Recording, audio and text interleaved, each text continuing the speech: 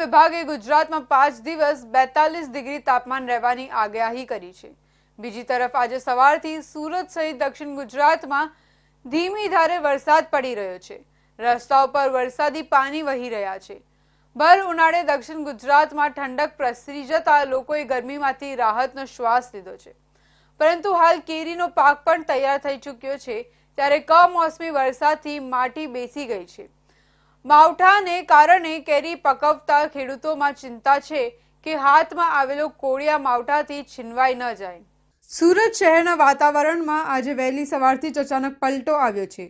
સુરત સહિત જિલ્લામાં પણ આકાશ વાદળાઓથી ઘેરાઈ ગયું હતું, જ્યારે સુરત શહેરમાં ભટાર, વેસુ, પાલ સહિતના વિસ્તારોમાં છૂટો છવાયો વરસાદ પણ પડ્યો હતો।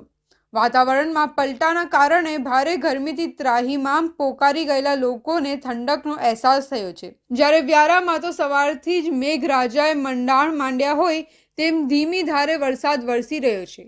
વરસાદથી રસ્તાઓ પર પાણી વહી રહ્યા છે, તેમજ દાહોદમાં પણ વહેલી સવારથી વરસાદી માહોલ જામ્યો છે અને અમીછાટ ના થતા ગરમીમાંથી લોકોને રાહત મળી છે। બીજી તરફ નવસારી જિલ્લા સહિત દક્ષિણ ગુજરાતમાં કમોસમી વરસાદ સહિત વાતાવરણમાં બદલાવની આગાહી કરવામાં આવી હતી, જેને પગલે આજે વહેલી સવારથી જ નવસારી શહેર તેમજ જિલ્લાના વાતાવરણમાં એકાએક પલટો આવ્યો હતો, જેથી લોકોને ઠંડકનો અનુભવ થયો હતો।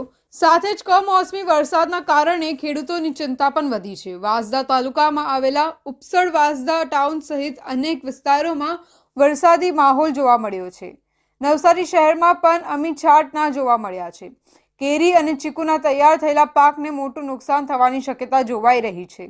જિલ્લામાં આંબા ઉપર રહેલી કેરી હજુ અપરિપક્વ છે, ત્યારે વાતાવરણમાં આવેલા બદલાવને કારણે આંબા પર રહેલી કેરીને નુકસાન થવાની સંભાવના જોવામાં આવી રહી છે। પહેલો ફાળ માર્કેટમાં વેચાણ માટે આવ્યા બાદ એકાએક વેપારીઓએ આંબા પરથી કેરી બેડવાનું માંડી વાળ્યું હતું। વાતાવરણમાં આવેલા બદલાવ સાથે જો માવઠું આવે તો ખેડૂતોને બમણી મુશ્કેલી ઊભી થઈ શકે છે। વાત કરીએ તાપી જિલ્લાની, તો તાપી જિલ્લામાં પણ વરસાદી માવઠા પડ્યા હતા। તાપી જિલ્લાના આજે વહેલી સવારે 7:30 કલાકે વ્યારા વિસ્તારમાં વરસાદી માહોલ જામ્યો હતો, જેને લઈને વાતાવરણમાં ઠંડક પ્રસરી છે, તેમજ આસપાસના ગામમાં કમોસમી વરસાદને પગલે ભર ઉનાળે ચોમાસા જેવી સ્થિતિ સર્જાઈ હતી। વરસાદને કારણે ખેડૂત પુત્રોમાં ચિંતા વ્યાપી ગઈ છે, જ્યારે કેરી હજુ બજારમાં આવે તે પહેલા જ વિલુપ્ત થઈ શકે તેવી સંભાવના દર્શાઈ રહી છે। રાજ્યનું હાલનું હવામાન એવું છે, જોઈને લાગે છે કે જાણે કેટલાક જિલ્લામાં ઉનાળો જામ્યો જ નથી અને સીધું ચોમાસું જ આવી ગયું છે। વેસ્ટર્ન ડિસ્ટર્બન્સ સર્જાવાને કારણે અમરેલી, ગીર સોમનાથ, દેવભૂમિ દ્વારકા, સુરેન્દ્રનગર, ગોંડલ જેવા સૌરાષ્ટ્રના વિસ્તારો તેમજ મધ્ય ગુજરાત અને દક્ષિણ ગુજરાતમાં પણ કમોસમી વરસાદ વરસ્યો હતો। કેટલાક સ્થાનો પર વરસાદની સાથે પવન તેમજ કરા પણ પડ્યા હતા। વાત વલસાડ જિલ્લાની કરીએ તો વલસાડ જિલ્લામાં વહેલી સવારે વાતાવરણમાં પલટો આવ્યો હતો। વલસાડ શહેર, ધરમપુર સહિત આજુબાજુના વિસ્તારમાં કમોસમી વરસાદને કારણે સમગ્ર વિસ્તારમાં ઠંડક પ્રસરી ગઈ છે। કમોસમી વરસાદથી વલસાડ જિલ્લામાં કેરીના પાકમાં મોટું નુકસાન થવાની ભીતિ છે। વલસાડ જિલ્લાના વાતાવરણમાં પલટો આવ્યો હતો। મોડી રાતથી જિલ્લામાં વાદળછાયા વાતાવરણ બાદ વહેલી સવારે અનેક વિસ્તારોમાં વરસાદ વરસ્યો હતો।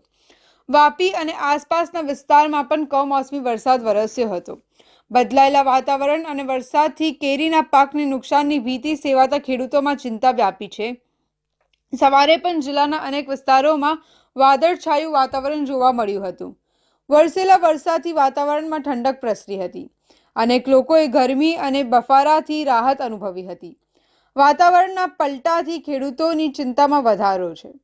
દક્ષિણ ગુજરાતમાં કેરીનું મબલક ઉત્પાદન થાય છે। આ વિસ્તારની કેસર સહિતની કેરીઓ ખૂબ જ મીઠાશવાળી હોય છે, તેના કારણે કેરીના રસિયાઓ ખૂબ જ આતુરતાથી બજારમાં તેના આગમનની રાહ જોતા હોય છે। પરંતુ છેલ્લા કેટલાક વર્ષોથી ગ્લોબલ વોર્મિંગને કારણે વાતાવરણમાં આવતા એકાએક પલટાને કારણે કેરીના રસિયાઓનો સ્વાદ પણ બગડતો જાય છે। છેલ્લા એક સપ્તાહથી દક્ષિણ ગુજરાતમાં અસહ્ય ગરમીનો અનુભવ લોકો કરી રહ્યા છે, જ્યારે આજે આવેલા વાતાવરણના પલટાથી ખેડૂતોની ચિંતામાં વધારો કર્યો છે।